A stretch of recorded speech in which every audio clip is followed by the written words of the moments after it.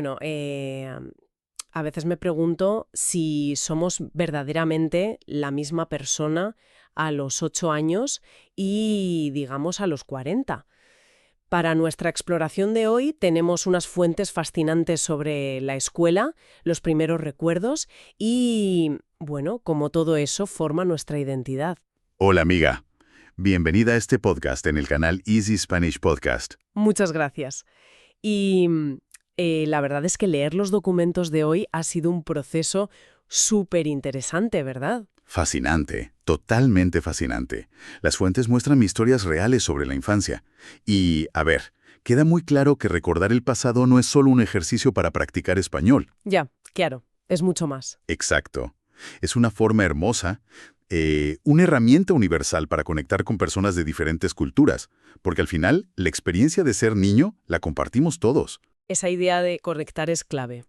Pero para poder compartir nuestras historias escolares con nuestra audiencia o con cualquier persona, primero necesitamos las palabras, ¿no? Eso es, el vocabulario básico. Justo. Yo al leer los textos usaba una pequeña analogía. Pensaba que la escuela es, digamos, como una obra de teatro. Ah, qué buena comparación. Sí, porque en esa obra de teatro cada niño tiene un papel para sobrevivir o para destacar. Y para explicar esto en español necesitamos describir qué tipo de estudiantes éramos. Totalmente. Y el primer estereotipo o tipo de personalidad que mencionan las fuentes es el rebelde.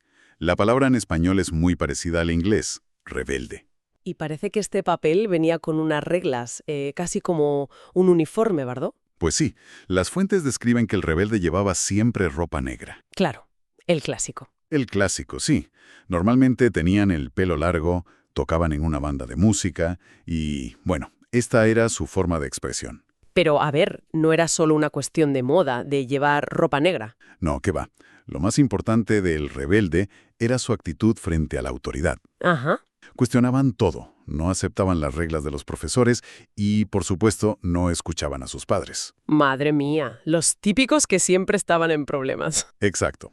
Y aquí las fuentes nos dan un ejemplo fantástico, la historia de Kevin. Uy, la historia de Kevin me encanta. Es súper irónica. Es buenísima. A ver, de joven, Kevin era el rebelde perfecto.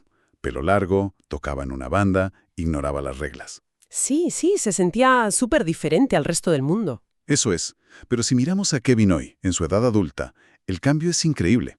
Ahora trabaja en informática, en el sector IT. Qué fuerte. O sea, el chico que odiaba seguir las reglas ahora trabaja con ordenadores, escribiendo código, que es básicamente seguir reglas todo el día. Totalmente irónico. Él mismo dice en las fuentes que ahora es una persona muy aburrida. Bueno, eso demuestra que esos papeles de la escuela a veces son solo un experimento, ¿no? Claro, experimentamos hasta encontrar nuestra identidad real. Pues si el rebelde odiaba las reglas, luego tenemos el segundo estereotipo de los textos, el perfil académico. El académico sí. Y aquí está el ejemplo de una chica llamada Holly.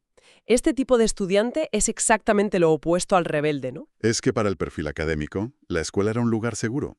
A ellos les gustaba ir al colegio. Sacaban buenas notas, claro. Exacto. Sacaban buenas notas, no se metían en problemas nunca y obviamente eran muy queridos por los profesores. Ya, los favoritos de la clase. Sí, los típicos favoritos.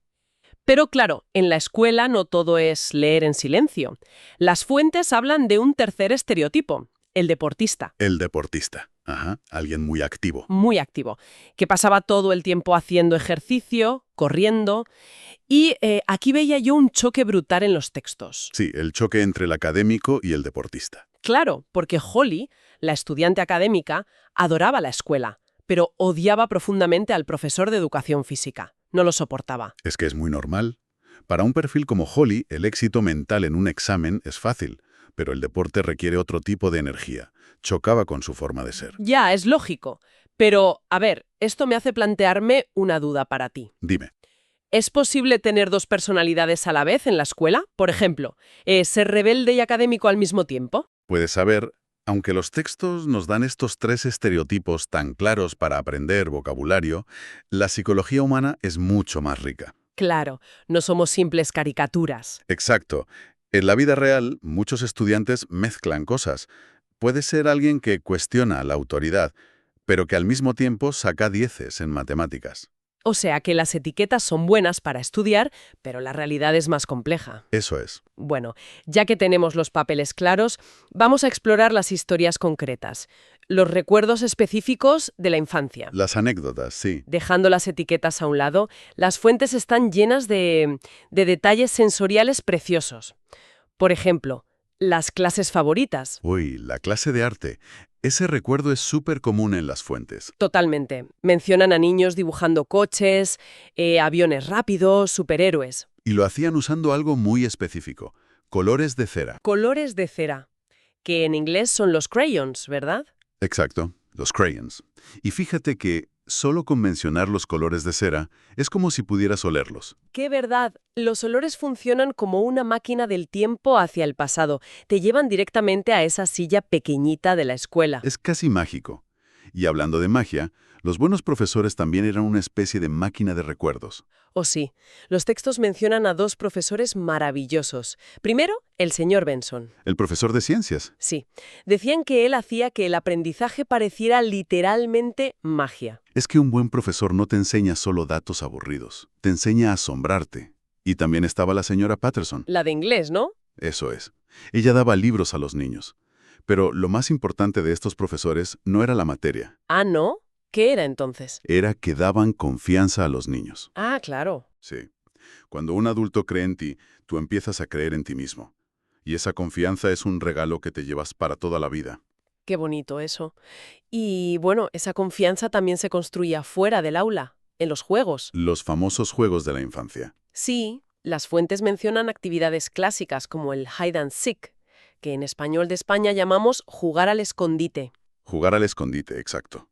Una frase súper útil para el vocabulario A1-A2. Y otra cosa que me encantaba leer era lo de construir refugios. Ah, sí, las casitas. Sí, sí, construir casitas en los árboles o refugios con mantas y sillas en el salón de casa. Es que construir un refugio es crear tu propio mundo seguro, ¿sabes? Un lugar donde tú pones las reglas. Qué profundo. Y otra cosa que daba muchísima seguridad, según los documentos, era la comida. Hombre, la comida de la abuela. Ese olor reconfortante los domingos. Las galletas de chocolate hechas en casa. Un recuerdo de paz total. Sí. Pero claro, la escuela no era siempre un refugio de paz. Las fuentes también tienen historias de terror escolar. Momentos que dan mucha vergüenza. Lo que en inglés llaman embarrassing moments. Madre mía, la historia de la nota secreta. Es buenísima. A ver, imaginemos la situación. Un examen, silencio absoluto en la clase. El peor momento para hacer algo ilegal. Totalmente. Pues una niña decide pasarle una pequeña nota secreta a su amiga. Un riesgo altísimo. El papelito decía algo muy simple. Odio este examen, es muy aburrido. Uy, uy, uy. Pues el profesor lo vio. Y no solo lo confiscó, sino que lo leyó en voz alta delante de toda la clase. Me muero. La niña querría desaparecer. Tierra, trágame. Exacto. Y esto me hace pensar, a ver, ¿por qué la mente humana recuerda con tanta claridad esos momentos vergonzosos, pero olvidamos completamente un día normal de clase? Es una cuestión biológica pura. ¿Así? Sí. Nuestro cerebro guarda la información según el nivel de estrés o emoción. Un día tranquilo no genera picos emocionales. Ya, el cerebro no lo ve importante. Exacto. Pero sentir vergüenza delante de todo tu grupo social, eso genera muchísimo estrés.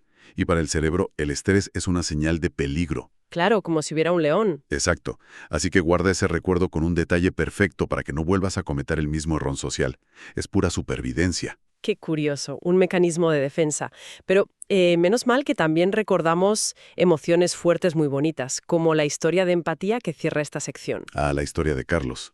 Un niño de 3er grado. Sí, Carlos era el estudiante nuevo y venía de México. Y el problema era que él solo hablaba español y el resto de la clase en Estados Unidos hablaba inglés. Qué aislamiento tan grande para un niño tan pequeño llegar y no entender absolutamente nada. Es muy duro. Pero aquí entra la empatía. Un compañero de clase decidió acercarse y hacerse su amigo a pesar del idioma. Es precioso, pero si no hablaban el mismo idioma, ¿cómo se comunicaban? Pues usando gestos, comunicándose con las manos y sobre todo usando dibujos. Ah, ¿volvieron a los colores y al papel? Eso es. Hacían dibujos para explicarse las cosas y poder jugar. Es una demostración de que la empatía humana no necesita gramática. ¡Qué maravilla! La empatía no necesita gramática, es verdad. Pero para quienes escuchan hoy y quieren contar historias de su propia infancia, ellos sí necesitan un poquito de gramática. Hombre, claro, las herramientas en español. Exacto. Así que vamos con el desglose de vocabulario y gramática. En inglés, para hablar de hábitos del pasado, se usa muchísimo la estructura used to. Sí, para cosas que repetíamos de niños. ¿Cómo funciona esto en un nivel básico de español? Pues tenemos dos formas muy accesibles. La primera es usar el pretérito imperfecto. Vale, ¿y eso qué es exactamente? Son esas palabras que terminan en aba o ia. Por ejemplo, yo jugaba, yo era, yo estudiaba. Ah, vale. O sea, si en inglés digo I used to play hide and seek, en español simplemente digo yo jugaba al escondite. Perfecto, así de sencillo. Pero hay una segunda estructura que es una traducción más directa de used to. A ver, cuéntame. Es usar el verbo soler. En pasado es solía, y luego añades la acción. Solía más infinitivo. To play in a band. Usando esta estructura sería solía tocar en una banda. Exacto. Solía tocar en una banda. Solía correr. Solía dibujar. Es como, a ver, como caminar por un camino que ya está asfaltado. Era una ruta muy conocida, un hábito constante. Me gusta la analogía del camino. Pero cuidado, porque aquí hay un error muy común en los estudiantes. ¿Cuál es el error? Confundir tener un hábito en el pasado, que es used to o solía, con el proceso de acostumbrarse a algo nuevo, lo que en inglés es get used to. Ah, claro. Siguiendo mi ejemplo del camino, get used to sería el momento difícil de cortar las plantas en la selva para crear un camino nuevo. Qué buena imagen. Exacto. Es una transición, un esfuerzo. En español, esa acción de adaptación se dice acostumbrarse a. Acostumbrarse a. Vale. Por ejemplo, si en inglés alguien dice It was difficult, but I got used to waking up early. En español sería, fue difícil, pero me acostumbré a levantarme temprano. Perfecto. Solía es la rutina que ya tienes. Acostumbrarse a es el esfuerzo de crear esa rutina. Queda clarísimo. Y bueno, con estas rutinas pasadas vienen las emociones. Los textos destacan dos palabras importantes de sentimientos. Sí, dos palabras fundamentales. Voy a intentar definir la primera antes de que me lo digas. La palabra es nostálgico. A ver cómo la defines. Pues nostálgico para mí es un sentimiento muy cálido, bonito, pero que tiene un pequeño toque de tristeza, porque sabes que ese momento ya pasó y no va a volver. Es una definición perfecta. La nostalgia no es ni tristeza pura ni alegría pura. Es una mezcla, ¿no? Eso es. En las fuentes mencionan que sientes nostalgia al escuchar una canción antigua. Te hace sonreír, pero a la vez notas lo rápido que pasa el tiempo. Claro, ese pellizco en el corazón. Y la segunda palabra es orgulloso, que en inglés es proud. Y aquí quiero hacer un pequeño matiz. Dime. A veces, estar orgulloso puede sonar un poco arrogante, como creerse mejor que otros, pero en estas fuentes tiene un significado súper positivo. Completamente. Aquí, sentirse orgulloso es la felicidad por un logro personal. Es pura satisfacción. Como el ejemplo del dibujo en las fuentes, ¿verdad? Exacto, el niño del dibujo. Él hizo un trabajo muy bonito con sus colores de cera. Y la profesora lo colgó en la pared. Eso es. Colgó su dibujo en la pared para que todos lo vieran. En ese momento, el niño sintió que su esfuerzo valía la pena. Se sintió tremendamente orgulloso. Es que sentirte orgulloso de algo que tú has creado te da muchísima fuerza para seguir adelante. Es un sentimiento vital. Bueno, pues hemos hecho un recorrido bastante completo hoy. Para ir cerrando, vamos a hacer un pequeño repaso de nuestro análisis a fondo. Me parece perfecto. Hoy hemos aprendido a usar un español muy claro para hablar del pasado, Repasamos los tipos de estudiantes. El rebelde, que desafiaba a los profesores, el académico, que amaba los libros. y el deportista. También vimos vocabulario clave de las emociones, como nostálgico y orgulloso. Y, por supuesto, la diferencia entre solía y acostumbrarse a. Y todo esto apoyado en recuerdos súper específicos. Los olores de los colores de cera, las galletas de la abuela y la magia de los buenos profesores. Pero creo que lo más importante que debemos recordar es que aprender todo esto no es solo memorizar palabras. No, en absoluto. Como vimos con Carlos, el niño de México, compartir estas historias es una herramienta esencial para conectar. Exacto. Nos permite compartir diferentes culturas desde un nivel muy humano y sincero. Sí, y para terminar nuestra exploración de hoy, quiero dejarle a nuestra audiencia un último pensamiento. Algo para reflexionar. A ver, sorpréndeme. Hemos visto cómo la personalidad cambia drásticamente desde la escuela hasta la vida adulta, como Kevin, que pasó de ser el rebelde de negro a un trabajador súper tranquilo en una oficina de informática. Un cambio radical, sí. Pues, para quienes nos escuchan hoy, si nuestra identidad cambia de forma tan increíble en unas pocas décadas, ¿qué versión de ustedes mismos existirá dentro de 20 años? Madre mía, qué buena pregunta. ¿Verdad? Imagina a tu yo del futuro mirando hacia atrás. ¿Qué pensará ese futuro yo de los hábitos, los problemas y las rutinas que tienen exactamente hoy? Es casi de ciencia ficción pensarlo. El presente que vivimos hoy será la nostalgia del futuro. Exactamente. Muchas gracias a todos por acompañarnos en esta máquina del tiempo. Hasta la próxima.